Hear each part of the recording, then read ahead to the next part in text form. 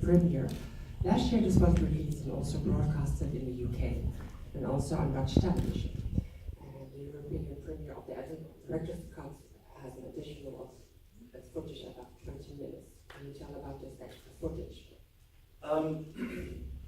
Yeah, I thought it was a bit longer than 20 minutes, but firstly, thanks everybody for coming, and I hope you enjoyed it. Yes. And there were lots of extra little bits and pieces in there that weren't on the version that was on TV, and it was slightly mixed differently, it was slightly graded.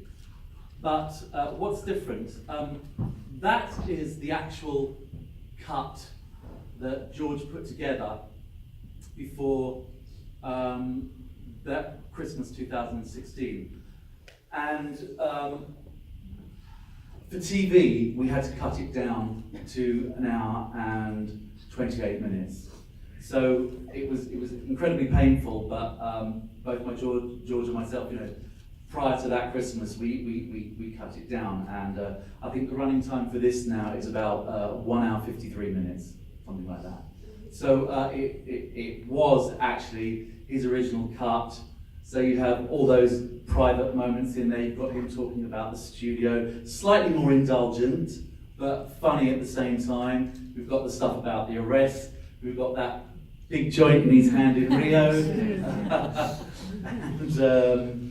and just all that good stuff. So that's how that came about. And it's great that we've been able to put it together again. Not put it together. It's great that we've been able to put this into the full length, which hopefully will hit cinemas and do the rounds after festivals. Is there a special reason you've chosen in Edit Festival to have its premiere? No, the money. I don't know really. I think we have a very. They're always the worst camera angles shooting up like that. Do you know what I mean? It's not like I'm joking.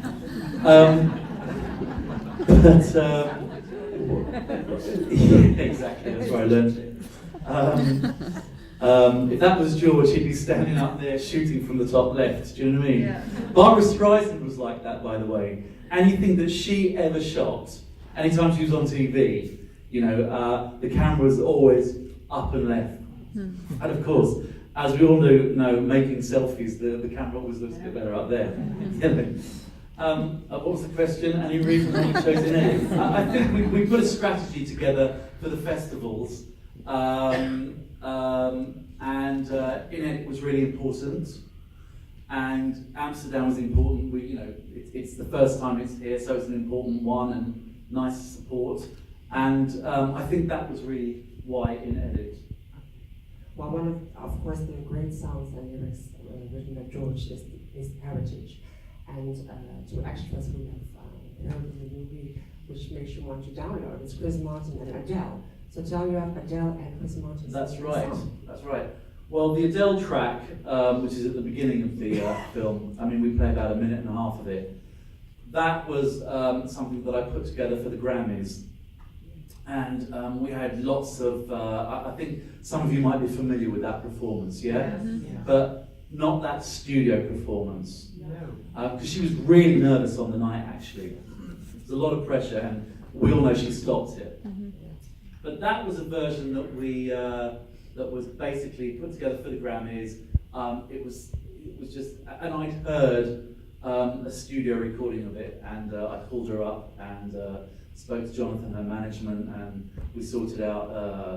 It was very easy to sort out, actually, and fitting that she opened the front end of the film, and of course, she's famously endorsed George and said how much she respects him, and we've got the famous picture of her dressed up as George Michael, and and the Chris Martin thing was the same thing with the Brits. I just thought he was a great candidate to do it. I knew there was going to be a lot of pressure at the Brits to pull that performance off. And I knew that he was able to cope with those kind of crowds.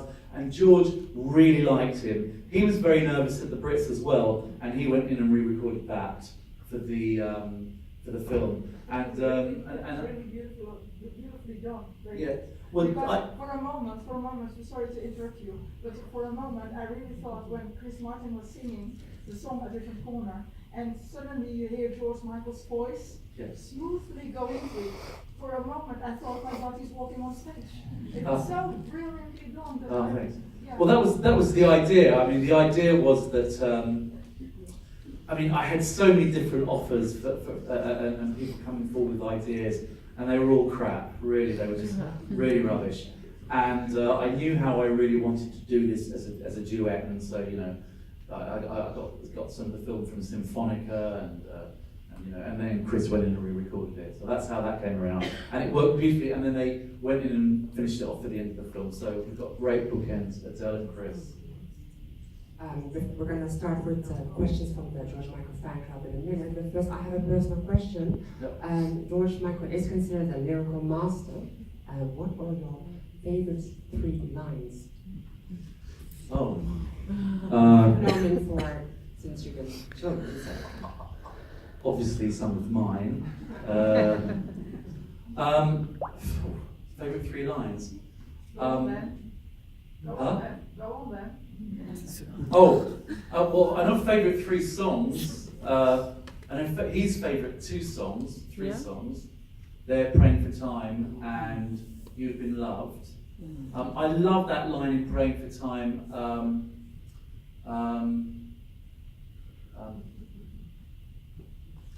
and all God's children crept out the back door. I really love that whole sentiment around that. More relevant as ever. Huh? More relevant as ever. Yes, yeah. And what else? And I really love that low bit in You Have Been Loved in the 3rd section. And you know, and heaven help the ones who pray for you. Or is it wait for you? Can't remember. But I love those 2 moments. Of course, I mean, there are so many amazing lyric moments in George's music, because George had this amazing ability to communicate and touch people, whoever they were, and the songs were really relevant to so many people.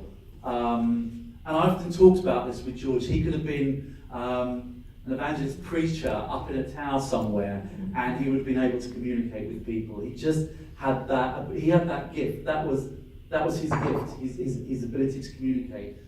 On top of that, he had this amazing gift, which was to create these fantastic melodies and songs which resonated. But he had that gift. But I think there are 2 moments that I really love. Those 2 moments. So there's not really a 3rd one.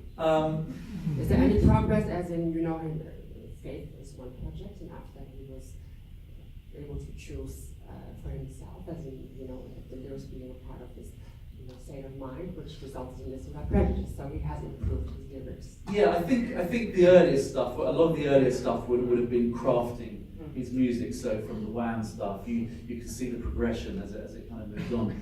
I think by the time he got through, even though Faith is a good pop album, it wouldn't be probably his choice, and certainly not mine, to go to listen to. Listen Without Prejudice, you can see that it's a beautifully crafted album, and it's a lot more personal. By the time he got to Older, which I think is his favourite record, it's certainly my favourite record, there was a lot of amazing stuff going on. Patience wasn't my favourite record.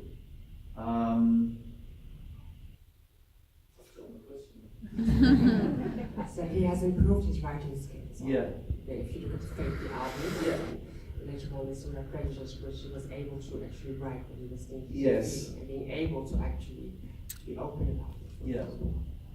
I mean, you're talking about, yes. I mean, he progressed as a writer, he became more honest as a writer, and I think by the time we got to Listen Without Prejudice, I think a lot of people had worked out that he was gay. If you hadn't, but certainly by the time we got to Older, people worked it out.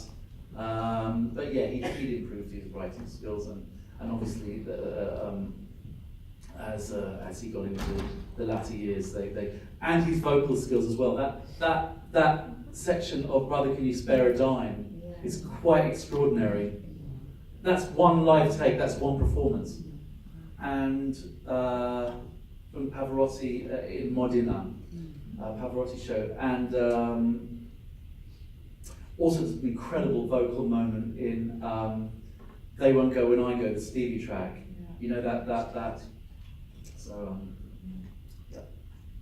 Thank you. The George Michael fan club is in the house. We noticed this before, they're taking pictures and asking autographs. Is there some specific person who is willing to ask something to David? And first of all, I want to also notify that please do not ask personal things about David and George or whatsoever, but please respect. I do have one question. Yeah. What is the DVD coming out? Because I know a lot of lovelies would have appreciated if there's a physical one, because and then via George Michael. Of course, yeah. I'd love to buy, and I bet a lot of lovelies will buy one. Yeah, you know, not right now, but I promise you we're going to do something with this. I promise you there will be something. Especially the charm. No, but I promise you with this, and you know, we've got Symphonica and so many other things, Yes. there will be something really special. And as time goes on, there are projects and things that we were working on that he had endorsed. You know what I mean? That he was a huge part of. So there are going to be things, but yeah, if you just give it a while, something really, really lovely will happen with this film. Patience. Really lovely. Thank you. He won't let you down. In the corner. Yes. Hello, David. Hi there. First, I want to thank you for being here, and My pleasure, thank you. and for being such a good friend for George, for the family, and for the communication the family gives us to us lovelies, because we always had to be very patient with as a fan for new music from George. I love the footage of George in the studio. It's very new to us. Yeah. And for many fans, that is footage that we really would like to see. So we hope there's more of that. There is actually. There's loads and loads and loads of footage of that, but you know. Well, we know you're One good day. at making an extra DVD, always with type of stuff. But I do have a question about George music. I remember he promised us during the concert that he had finished an album, and he called it Think Pink, and made The dance record. Yes. Yes. Yes. And I know a lot of people would like to know. Well, there are dance tracks that he'd recorded. There are finished product. There is some finished product. But as and when, it's got to be, you know, so good. I mean, we're just off the back of a big project. Do you know what I mean? Mhm. And there are some beautiful finished masters that are there. You know, Fingers there are. crossed. Yeah. So, well, I mean, you know, they'll definitely see the light of day. I mean, you know, they're not coming out tomorrow, but. So, Huh? Will it be released at georgemichael.com, please? I think when that stuff, if anything else comes out, it will be released on a platform that is accessible to absolutely everybody. So it's you know, it's about sharing really Yes. at this stage and making sure that you know that all the really thank you very much. Next question for the person with the white shirt. Hi there. Thank you for letting us ask questions. It's very nice. My pleasure. I've got a question about the live shows. Is that okay? Of course it is. Yeah. George was incredible live, and we feel so honored and so privileged to have heard him. Yeah. I've seen a lot of the shows of 25 Live and Symphonica through all the years. Would you say which year of the live shows he was the happiest to be on stage, and why? I think when he came back after when did we play? I think he hadn't played for 17 years, right? Right. And where did we play then? I think was it Madrid or Barcelona? Barcelona. Yeah. Where? Barcelona. Barcelona. Yeah, we played in Barcelona. I think once he kind of dipped his feet back into the water, he absolutely loved being back on stage and performing. I mean, in the earlier years, you know, there was some of the earlier Wham tours, and then we finished at Wembley, so we got that extra Wembley footage in there, and but it was all kind of like he hadn't kind of settled into the live stuff at that stage, and then the Faith tour, and it was all very overwhelming. I think when we came back with 25, the actual arena tour was fantastic, and then we took it into the stadiums after that, and so he absolutely loved all of that, and certainly when we got to a Symphonica, I mean, he was firing on all four cylinders again, and we played some of those shows. You've seen the Palais Garnier show, obviously, but there were a couple of Royal Albert Hall shows that he played with. He absolutely loved them. So I think in general, he found his feet again, and he found his comfort zone on stage, you know. So it'd be hard to say which of the shows, but I know that he loved all of them. And of course, the one thing that you always got with the George Michael show that a lot of artists don't is you got this. You know, we put a lot of money into the productions. You know, millions. You know, some artists, I won't mention names, but you know, you might get 3 amps on a stage and they rinse you for the ticket price. With George, you always got 2 hours, 2.5 hours, a proper show. You know, bells and whistles, the whole 9 yards, as it were. So. Last question to this lady. Hi David, thank you for being here. I really enjoyed all the footage and thanks for sharing it. My pleasure.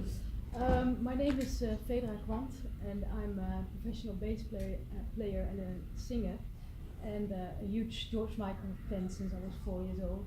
And I'm the initiator of a theatre tour we're going to perform in the autumn with a group of really nice, great Dutch session musicians and a well-known singer called Charlie Luske. Yes. And I'm actually busy writing the script at the moment, and we're going to celebrate George's music and life. And obviously, the audience in this hall is very much aware of what's been going on in George's life, but the audience that we are going to get doesn't know as much as the people here, I think.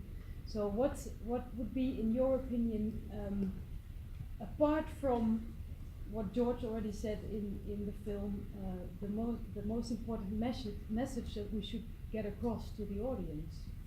What? I see. So it's a sort of retrospective of his life, is it? Well, yeah, we're gonna, of course, just. And you're writing it, yeah? Yes, yeah. I mean, obviously, maybe that, of course, what he says himself. I think George's integrity, yeah. You know what I mean? Yeah. And there was something that I was saying to Alex earlier on when we were talking. One thing that he had was he wasn't frightened to laugh at himself. Mm-hmm. And George had this amazing ability to disarm his critics by self-mocking. Mm. You know, the Hampstead Heath thing with Rick Keith, James Corden thing, the Parkey thing, you know, after the arrest. So I think if you get, humour, integrity, and I think if you, human integrity, and if you, and honesty, you know, integrity and honesty, but humour and integrity really, and just, you know, take people on that roller coaster, the highs and the lows, make them sing, make them dance, make them cry, make them happy and make them laugh. Okay, Any good? yes, very much. Thank you all very much. Give a warm applause, please, for the answer. Thank you.